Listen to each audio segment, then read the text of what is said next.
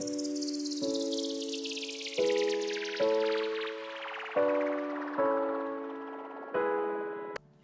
everyone, this is Jenny. Welcome back to my channel. Today we'll be talking about things you need to know or you would really want to know prior to getting married.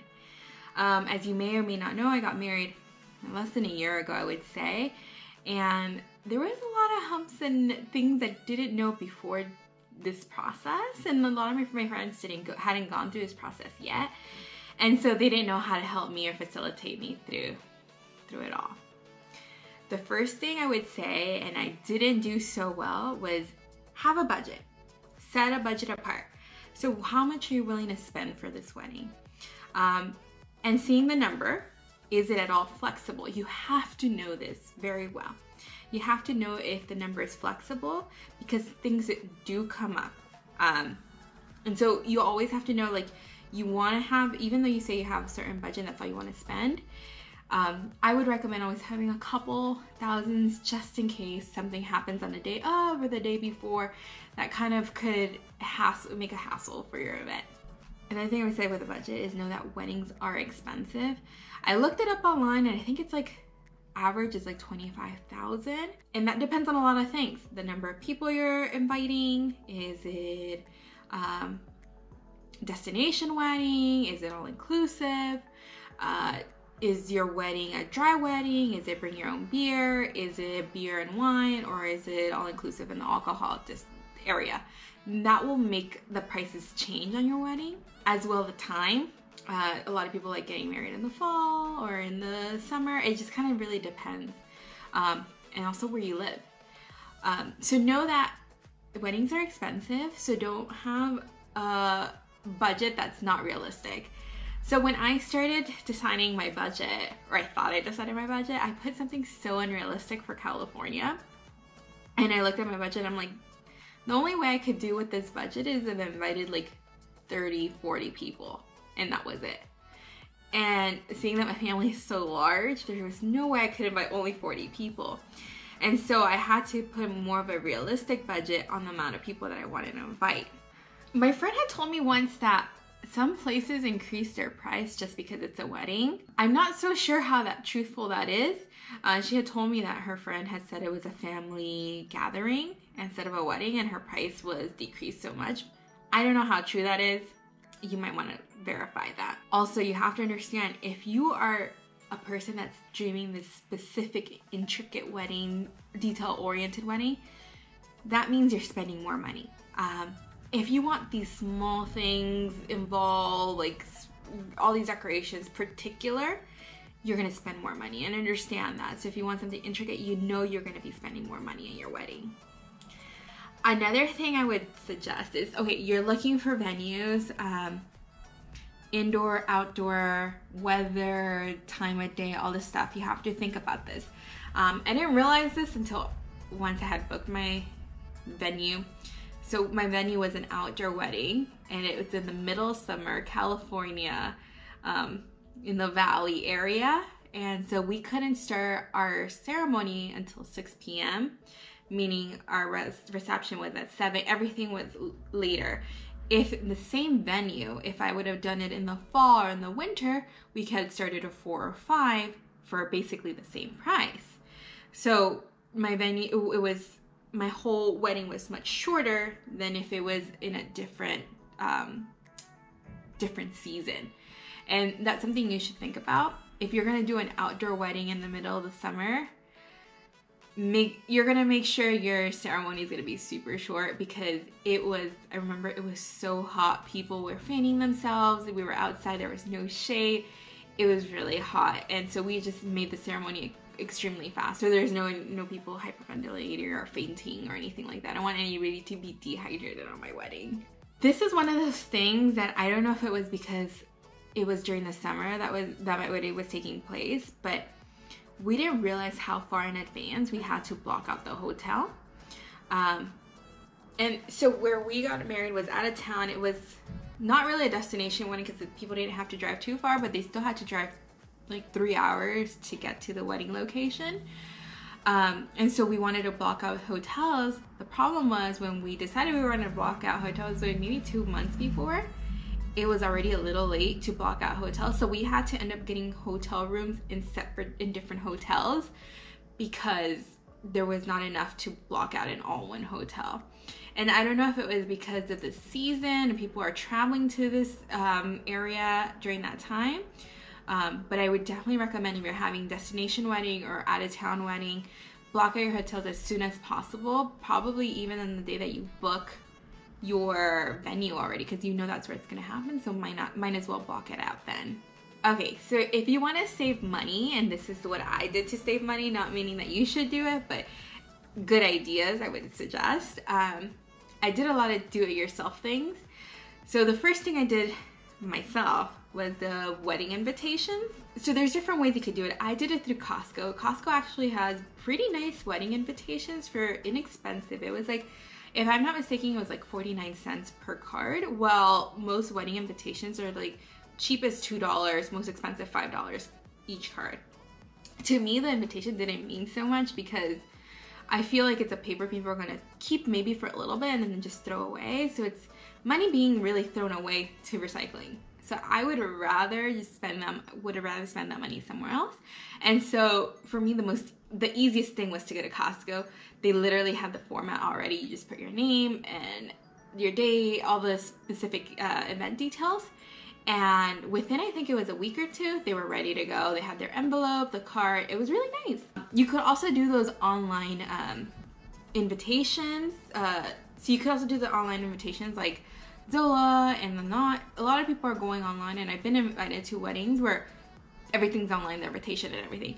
I'm okay with that. I'd actually rather get that because I know they're going to be saving money and they can use that money for something else for their wedding or their honeymoon or whatever it is. And it's not, they don't charge you to use Zola or The Knot. Another way, if you're really particular, you want specifics, you can go on Etsy, and Etsy actually has, you can buy the formats, I guess, and then they'll send you the format, and then you do it yourself on like Word or Microsoft. I don't really know how it works, but you can do it yourself. You choose you buy the paper, the paper you want, whatever, the foil, whatever you want, you buy it all, and you can print it at your house, which can be probably a lot cheaper than Costco. But I just didn't want to go through the hassle of doing that.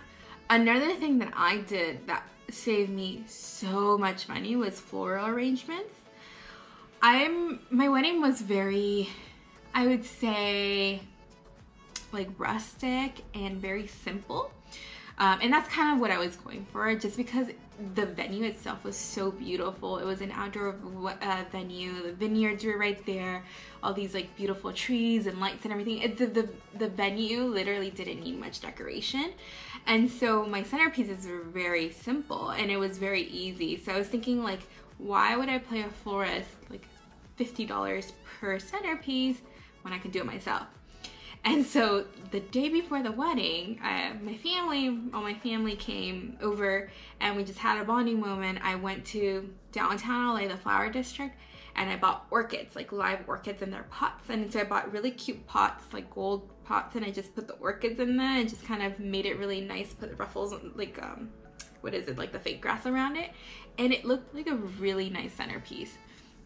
And I didn't only do that to save money, but I also did it because I don't know if this is a Hispanic thing or something, but a lot of people will take the centerpiece home.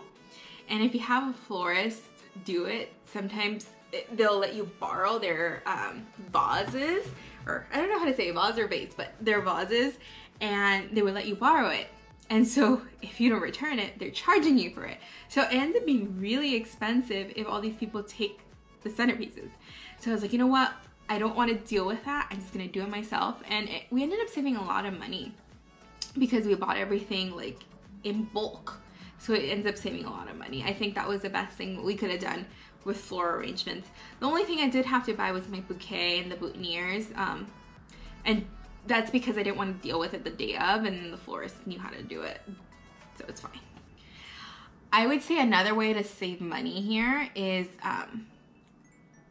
so saving money with your vendors. I used a lot of Gigmaster, and I found local vendors and compared their prices, which is really nice. So on Gigmaster, I looked for, I think it was violinist or harpist, I can't remember. It was violinist, and I looked through it and everybody had their price. and they were all in the same, around the same location. They were willing to drive to where the venue was. And so they would all tell me their price, and then they would have comments on like people that commented how they love their service and everything like that. So I went through their prices and I found the one that I felt more comfortable paying, and that's how I got my violinist for the ceremony. That's how I got the violinist for ceremony. I literally just went on Gigmaster. You can do Gigmaster for other things too. If you want a DJ, if you want live music, that's a good way to go through. I also looked for cakes. So I didn't realize how expensive cakes could be. So I asked quite a few different bakeries, literally the same thing. I want a very genetic tier cake with the, what is it called? I don't know, the white one, but it's not fondant. It's just like regular cream. And I just want like asymmetric lines around it. And that's literally what I wanted. Very simple cake. And I got ranges from $500 to $900 for the same cake. And I consider that ridiculously expensive. I understand cakes are, you know, it's hard to make a big cake. I understand that, but for such a simple design, I don't understand how they were charging me $900 for it. So what I ended up doing was looking online. I looked through Yelp. So basically the way I found my person that did my cake was through Yelp. I looked through Yelp and I found a lot of reviews for this person that did cakes at home. So she literally just did event cakes. And I think she charged me like $300 for my cake. And it was exactly what I wanted. And she had so many varieties and flavors. Like, come on. Why not? It doesn't make sense to me. And I understand people want to go through a baker because they know for sure reliability, all this other stuff, but honestly it worked out nicely for me. So I spend less money on the cake where I could have spent more money somewhere else. Things about your wedding. One of the main things to decide is, do you want bridesmaids and groomsmen? I know it's like something that everybody does, like they want to have bridesmaids, groomsmen. I personally didn't want to have any of that. First off, it was hard to figure out who would be my maid of honor. And I didn't want to single anybody out, and I didn't want anybody else to feel bad about who would be my best friend, I guess, because I have quite a few really close friends, and I wouldn't do that. So, and then I didn't want to do that. And then another thing is, like, I didn't want to deal with other people's opinions, other people's, like, if being stressed about other people's actions. I've been in so many quinceañeras where the girls are like, oh, I don't want to wear this, I want to wear that, I don't like this color. Like, it's so annoying to have to tailor to somebody else when it's your own wedding. So I was like, you know, forget it. I'm literally not gonna need it. It's okay. My friends are gonna show up to enjoy the party. Don't have to deal with any of that stuff. And for me, it worked out nicely, and I had to be stressed out that people weren't showing up on time to get ready, their hair ready, their makeup ready. I didn't have to worry about that people got everything they needed, the right dress, the right jewelry. I didn't have to worry anything about that. And for me, that was one less stress I had to deal with. So understand from the beginning, like, do you want this or do you not want this? If you do want this, try to figure out, do you care that they have to be uniformed, or do you care that they just have the right color? And you have to really know that. And then with the right color, you have to go probably with the same designer, because lavender could be different with different designers, and different materials can make the color look different. So you have to be okay if they're doing their own dresses with the same color that they might be a little different here and there. If you want to have them uniform, are your bridesmaids those type of girls that are gonna be okay with whatever you put them in, or are they very opinionated? So you have to understand that before you get into that, because then you're gonna have a big headache and be very stressed. So just letting you know that now.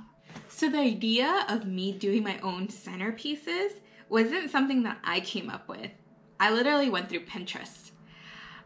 If you don't know what Pinterest is, get on it. Like, Pinterest is so fun to go through, and maybe it's just me. I like seeing different designs and like different venues and looking at different decorations, and maybe that's just my thing. But I go through Pinterest all the time about stuff, like if I'm gonna decide to do a party or get together, even at my house. Like when I did one time wine tasting at my house, I went through Pinterest to look at how the boards where the cheese and the meats go, how they should look, what stuff I should have, just to make it more accurate and make it more seem like an actual wine tasting event. I don't know, I just go 100% over what I should be doing. But anyways, with my wedding, I went through Pinterest and I look at things like elegant and rustic. What does that mean? And I would look at their pictures and I was like, oh, I like this, I don't like this. So I would look at centerpieces on Pinterest and I decided from Pinterest what centerpiece I wanted. And then I figured out, I was like, okay, well, I want orchids with this type of vase, and I would look it up on Pinterest and see how it would look. And so from there, I'm like, oh, that looks really good, or that doesn't look too good. So that's what I did a lot with centerpieces. I would just go on Pinterest and look up different type of centerpieces, and I would look and see how they look in pictures. Did I like it? Did I not like it? What did I like from each? And then see if I can change it and modify it. That's how I found my centerpieces. That's how I decided how I wanted to do my centerpieces.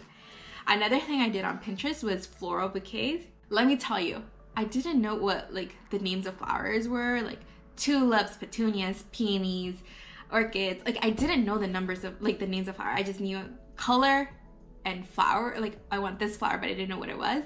So seeing it on Pinterest, I was able to better tell my florist what I wanted, and it was so much easier. I found a flower like that I really like, the floral bouquet that I really liked, and so I literally just cropped it and I sent it to my florist, and I was like, this is what I want.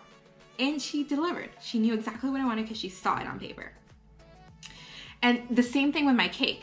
I went through Pinterest and looked at different types of cakes. I'm like, I like this, I don't like this. I like this has too many details for me. I like the simplicity of this one. And I figured out a cake I wanted, and I took a picture of it and I sent it to the baker. I'm like, this is what I want. And so I never actually met up with my baker. I never actually met up with my florist. I just sent them the pictures and they did exactly what I wanted. And so when they have visual displays, I would assume it makes it so much easier for them to figure out what you really want.